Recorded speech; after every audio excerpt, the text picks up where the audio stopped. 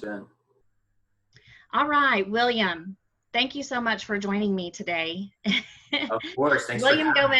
Gomez, lender with Supreme Lending. I don't have a lot of lenders that I recommend. I've been doing real estate for 10 years with Keller Williams, and William's the first guy that has just championed through for me. So I love sending my business your way, and you've helped my friends, my family, new clients, old clients. So I'm excited to do this Q&A. I'm working from home, hence the background, because I'm in my dining room. So I love this. I really do. I don't think we probably would have made each other sit down and record anything on a normal day. So different times require different measures. So this is quite exciting. So William, tell Yes, me I'm a little bit excited. about you. That way everyone who ends up watching this will kind of know, your background. Yes. Once again, thanks so much for having me. And yeah, I love me and my team both love working with you. And you were one of the top agents that we got to work with last year, and it was such an awesome uh, time getting to really. We really met each other towards the end of 2018, but it was an amazing year for both of us, and we were able to help a lot of the same clients. So, like you said, my name is William Gomez. I am with Supreme Lending. I'm a loan officer over here. So I help people that are looking to purchase houses and refinance houses as well. And then I've been over here since about November of last year. Before that, I was at Bank of Oklahoma. I was there for about close to 5 years. So I've been in the finance world for a little bit, not as long as you've been doing real estate, but yeah. So it's been a few years now, and yeah, I'm excited to do this, and I'm excited to kind of help people, especially those first-time home buyers, but even people that maybe it's been 5-7 years that they haven't bought a house. Things changed a lot, and love. One of the things I love about our job is that we really get to educate people and and teach them, the power of home ownership. So I'm really excited to do this with you. Right, right. Well, thank you. Yeah. I always tell everyone, it's not every day you buy a house, so leave that up to experts, ask us the questions. And I feel like I'm constantly fielding questions and I need just like a copy and paste of answers. But this will be something good that I can send out to clients. We're going to hit a lot of the common questions that I get. I sent out an email blast to my database and we put it on social media asking for questions. So we did get some good feedback from that. I want to thank Celia over at Farmers Insurance for doing, the gift cards, so we can do a giveaway at the end of this to everyone who took time to submit questions. So I'm just going to go down here, a list of the questions, not going to be able to hit all of them, but everyone sent in plenty. So we're going to hit the high points and the ones that are probably the most popular. So how much credit history is needed to buy a home? So how much credit history is needed to buy a home? On that one, sometimes it depends on the product. So going back to you and I working a lot together with certain buyers, we do have a lot of buyers that you and I help that are wanting to do an American loan or like USDA. I know we help a lot of people on Pahuska and Pawnee, stuff like that. So for example, those two products there, those you are going to want to need a little bit more credit history there, like a couple of 12-month trade lines, stuff like that. But when it comes to your regular FHA and conventional, really, I mean, as long we really go off the credit score, as long as we have some type of history. Sometimes the only time wherever we have a problem with somebody that has a good credit score, and then the underwriter is going to have really an issue with what they're seeing on there is if maybe the only thing making up that credit score is maybe like an authorized card from husband or mom or dad or something like that. Because at that point, you're not really responsible for that card because you're only an authorized signer. But that authorized signer card can help your credit or hurt your credit as well too. But whenever it's making up a score, sometimes underwriters come back and say, hey, we can't take the score because it's not really your card. But so normally people that don't have score, I just say, hey, go out and get a couple of secured credit cards, and within 5 to 6 to 7 months, you're looking at creating a score on your own. And even though you only have 2 cards that you've only used for a few months, that should be good enough for us to be able to get you started. Okay, I love that. Yeah, I think credit history is always a challenge. I mean, even for my own son, I'm like, Yeah. come on, get that credit card as soon as you turn 18. And now the market's so good. And, we're trying to build that credit history. So, it's just so important, to have some. And then if you don't, make it up in other ways. So, the biggest question is, what are interest rates right now? And I know that isn't a blanket answer. And I know that you can't really quote and solidify an interest rate for me, but a good range, and maybe give people a little bit of reassurance of what's happening right now with rates. Yeah. So I think you hit the nail right on the head when you said that's a big loaded question. And a big misconception right now with everybody is the media kind of saying, people will call and say a rate's at 0%, right? Because they're, with everything going on, the economy not doing the greatest right now, people are reaching out and saying, a rate's going to get lower and lower and lower. So rates are a little bit, all the time, they're always a roller coaster. They're going up and down, up and down. That's why whenever, you send a client over and we get them pre-qualified, they're always first asked, like, what's that rate? And I always say, hey, before I tell you this rate, don't get too upset or too excited, because even if we go under a contract tomorrow, which normally when we get a contract, that's whenever we go in to lock the rate. If we're within about 30 days or so, that's whenever you really want to take a look at where the market's at. So right now, the rates, they're still extremely low. I mean, I'm still locking a lot of rates in the threes, mid to high threes or so, mostly in conventional. And FHA's rates are the ones that it's having the biggest roller coaster right now, just because a lot of lenders are getting a little bit more strict on those credit scores, just because everything is going on. They're afraid that people are going to go and get mortgages that they're not going to be able to pay for.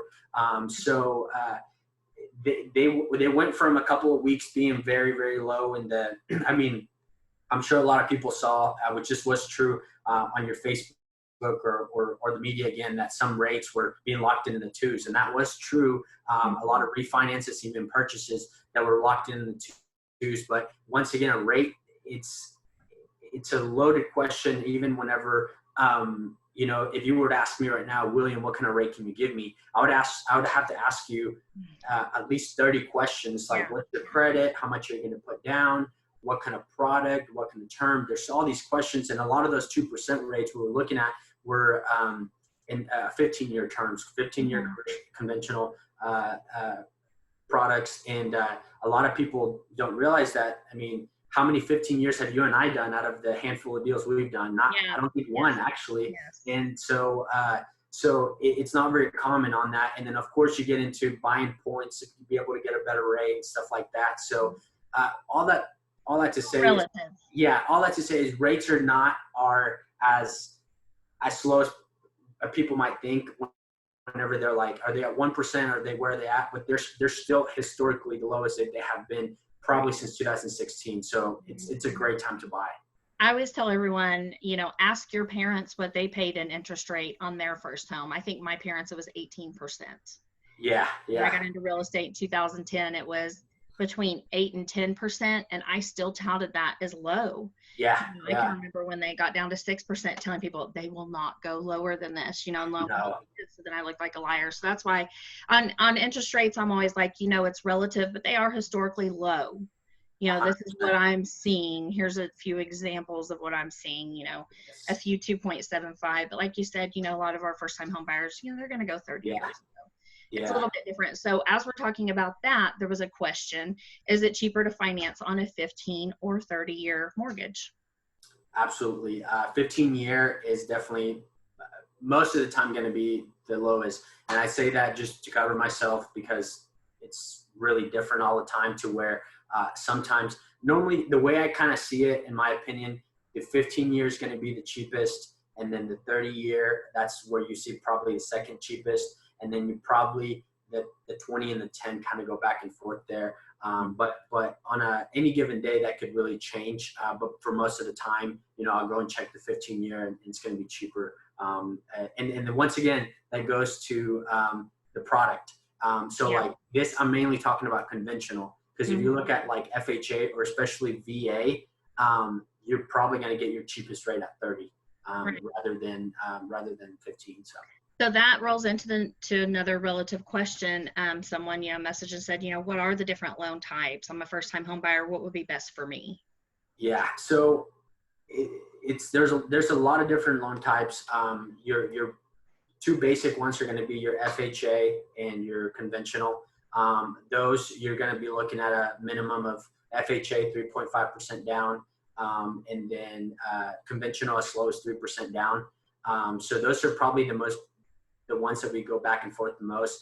Not to say that we have a lot of other products. We have our Native American loan. We have our, which that one's as low as 2.25% down. We have our VA loan, veteran loan, which is a 0% down. You and I are actually doing one right now, and we're able to lock that one in at 3.25, which is amazing right there. USDA rural development loan, which is at 0% down. And then so it just really depends. Whenever somebody comes in and says, what's best for me? Yeah. It's just about having a conversation. Yeah. It's about having that conversation and just truly see, what are you looking for? So that way we're able to, and what can you qualify for, right? Because sometimes like, I want to buy a house, but I don't have the down payment. And then, I've heard about this RD loan, a rural development loan, but I really don't want to live out in the middle of nowhere. Okay. Well, as I'm getting to know you, maybe I might find out that you're a veteran and that you're able to qualify for a VA loan that's at 0%. So it's just having that conversation. And once again, I'm going back and educating our buyer to be able to say, okay, hey, I feel confident that this is the best route for me. Right. I love that. I always tell everyone, just, get with a local lender that you trust. I refer them to you. If they, decide to go somewhere else, I'm just really adamant about local, because you can actually sit down or Zoom, like in this case, and have the conversation. So this is what my response is like yours, but not as in depth. And I just say, you know what, William, it's a matrix. He'll put all your information into the system and it's going to kick out all these different options. And honestly, he's going to let you choose what's best for you. Whatever, the down payment situation, the monthly payment, the cash to close, whatever it is, you're going to see those options and be able just to have the freedom to choose what fits best for you. Because some people could go USDA, no money down, but have a little money where they can go conventional and it's just a prettier loan. So, And with that being said, we do have a lot of bond programs as well too, that they're within your conventional and FHA products, but therefore most of the time they're going to be for first-time home buyers. They do have income limits to where a lot of the time, especially moving to a new company, there's a lot of different bond programs that I didn't have access to before. And they've been really, really great. A lot of people that don't think that will qualify for it too. Actually, for Tulsa County, for one of the programs I use the most, for 1 to 2 people, it's like 97,000 the income limit, and for 2 plus, it's about 113,000. So yeah, even if we can't, because a lot of times we can't qualify them for something like USDA because they have a little bit stricter guidelines. So those bond programs come in pretty handy. So that's awesome. I love that. Here was a question haven't heard before, so I'm going to pick this one just because it's a little bit unique. Can you purchase a home for retirement while living and maintaining your income in another state? Yeah, so and this one, out of all the questions that I went through, this one's the one that I really wanted to go back and look at the guidelines, because the guidance are always changing and I just want to be as specific as possible. So, and I have done a few loans that have had this sort of same situation. And honestly, I look at the guidelines, but then I also go back to the underwriter and tell them the scenario to be able to really see like, hey, can we do this or not? Because when you go to the guidelines, it says, yeah, you can buy a secondary home, but the guidelines say that it has to be in a vacation / resort place to where it's considered like a vacation home. And with that being said, it doesn't mean so does that mean that I could never buy a second home if it's not in a place like that? And no, that's the answer is no to that, but you can, but there's a difference between a vacation home. And then if it's not a vacation home and it's not going to be your primary home, then that's going to make it your investment property. And then so when it comes to down payment, the minimum down payment on a secondary home is going to be 10%. On an investment, it's going to be 15%. So it's going to be a little bit more. But where you're going to see the biggest difference is going to be on the rate. The rate is going to be a lot uglier on the investment property than it is going to be on a second home. It's going to be pretty close to what a primary property would be. Going back to, reading what the guideline was saying is, as long as the property is within a good distance from your primary property, and then it's somewhere that you visit quite often and you're not going to be renting this property at all, then we can do a letter of explanation from the borrower and maybe some other documentation to show like, hey, maybe like I helped a lady that was living in Oregon and was buying a house here in Tulsa because her first grandbaby was born. And Tulsa is really not a vacation destination, right? Right. It would have helped out maybe more if it was like in Grand Lake or something like that. But but that was one that we made work because with her job, she was a traveling nurse, so she could work from here and over there. So that the job also depends quite a bit. So yeah, you can, but you got to once again have that conversation and really understand what the purpose of the whole situation is to be able to place that person, because a lot of the times people think so if I don't own a house but I want to buy a retirement home wherever, that they don't think that like their rent right now is going to count as their debt to income, and that could go with our approval odds of getting approved there. So yeah, yes you can, but it's a question to where we'd have to have that conversation to really see where we're at. Okay, interesting. All right, what's a good credit score? Good credit score, I would say a fair credit score would be anywhere between 620 to the 700s, and anything over 700s, I would consider that's a pretty good credit score. Anything 800 and 850, that's where you're looking at your perfect tile there. But yeah, that's about it right there. Okay. I mean, because there's a lot of people who will come to me and they're like, oh, well, I need like a 700 credit score and $10,000, or I'm living with my parents to save all this money that I need and raise my score because Credit Karma told me this. And I'm like, oh no, don't do that.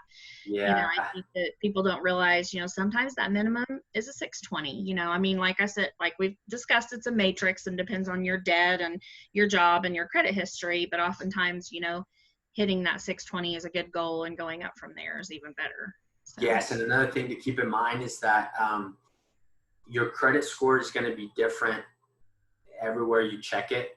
But so you brought up Credit Karma. I actually have Credit Karma just to see. I like that I can see my accounts and anytime my credit's pulled and everything. But as far as the score, I never pay really much attention to it because it's a give or take 30 to 40 points higher or lower. So it's definitely a little off. But not only that, besides just checking your score on Credit Karma or a credit card, your score is going to come back different, whether you're applying for a revolving debt, which is a credit card, a car loan, which is an installment debt, or a mortgage, which is, we're pulling all three scores and we're taking the middle one. So even if you just went and got a car loan 6 months ago and your score was this, it's most likely going to be different whenever you're applying for a mortgage. Yeah.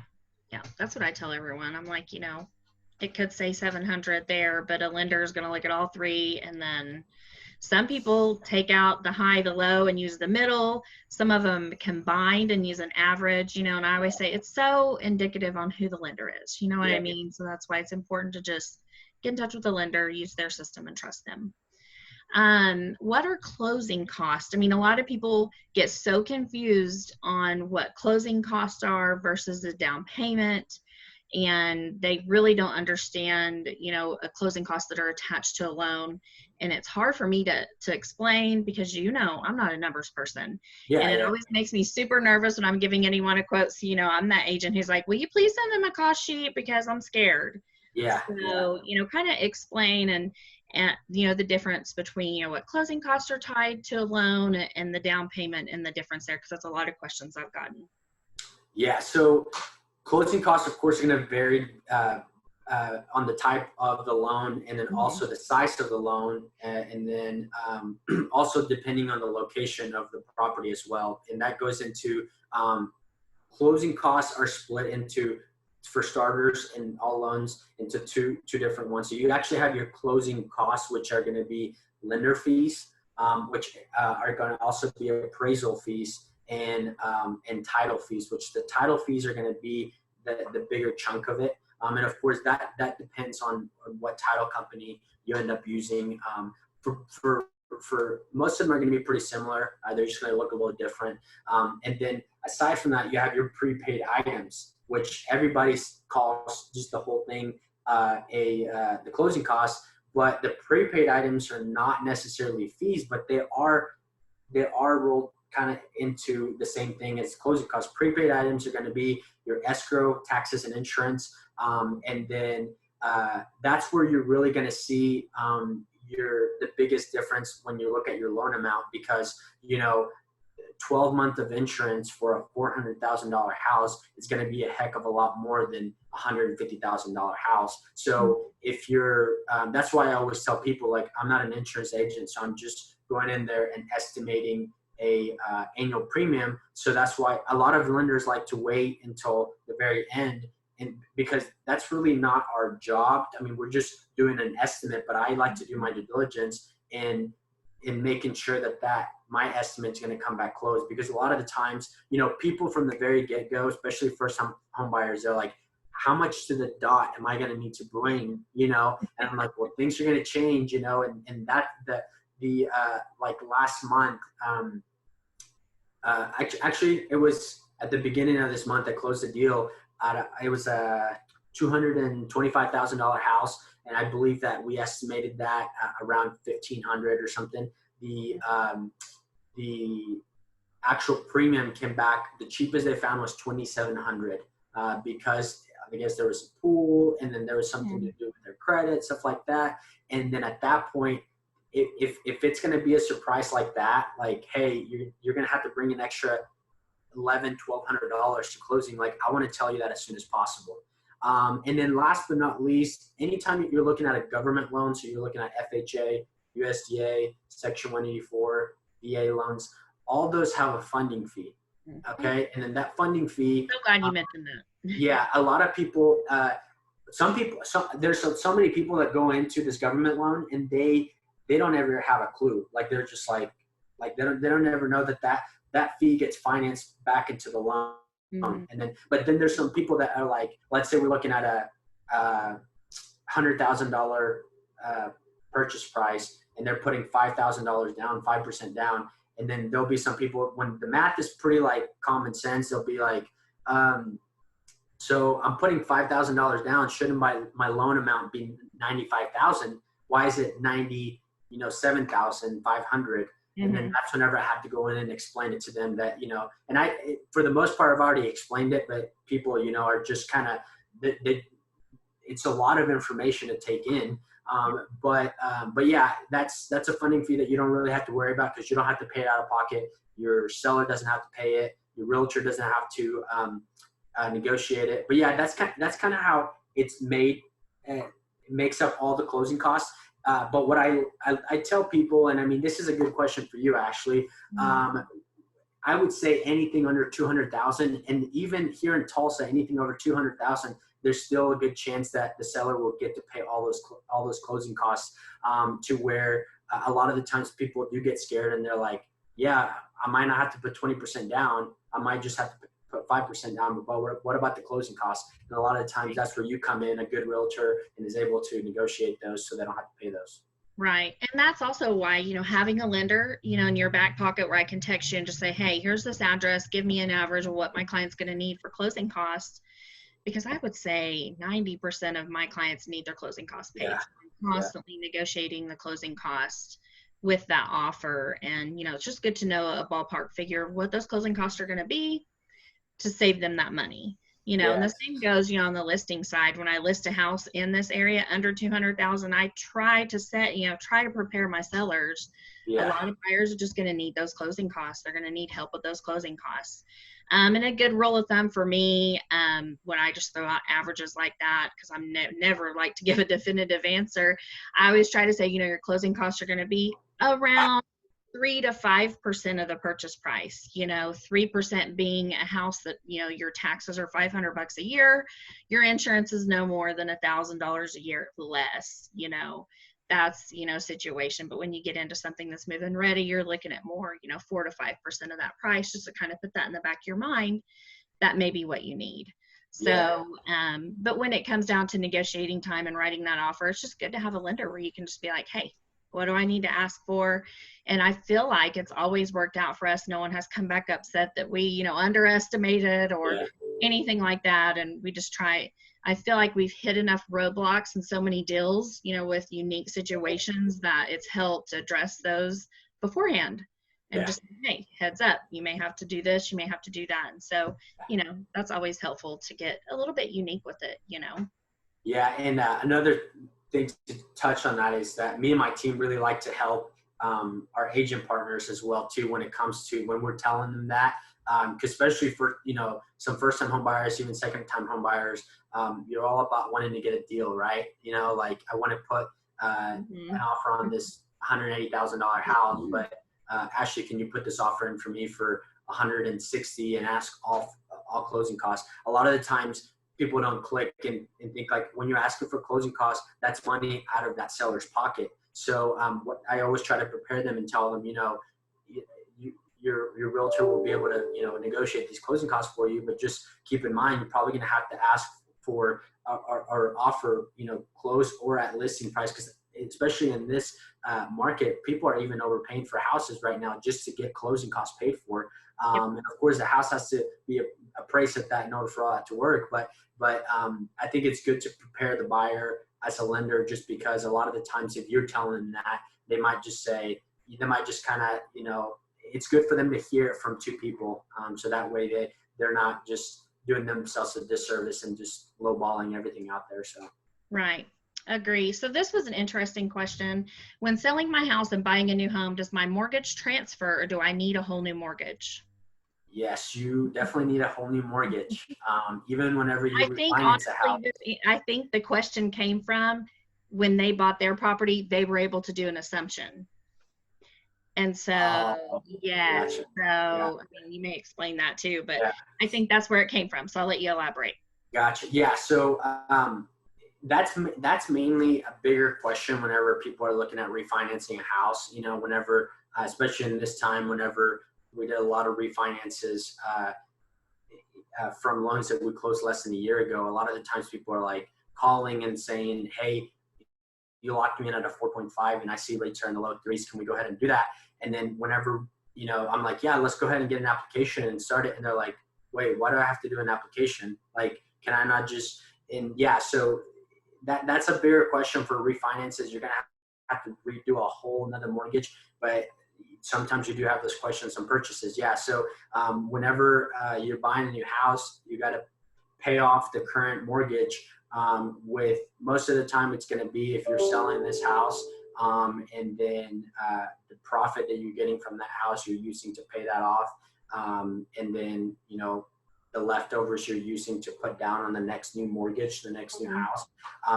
But sometimes people, keep them for rental properties, stuff like that. And at that point, you just have two mortgages there. But yeah, anytime you're looking at a new property, even if it's the same property and you're refinancing, it's going to be a new mortgage there. Okay, awesome.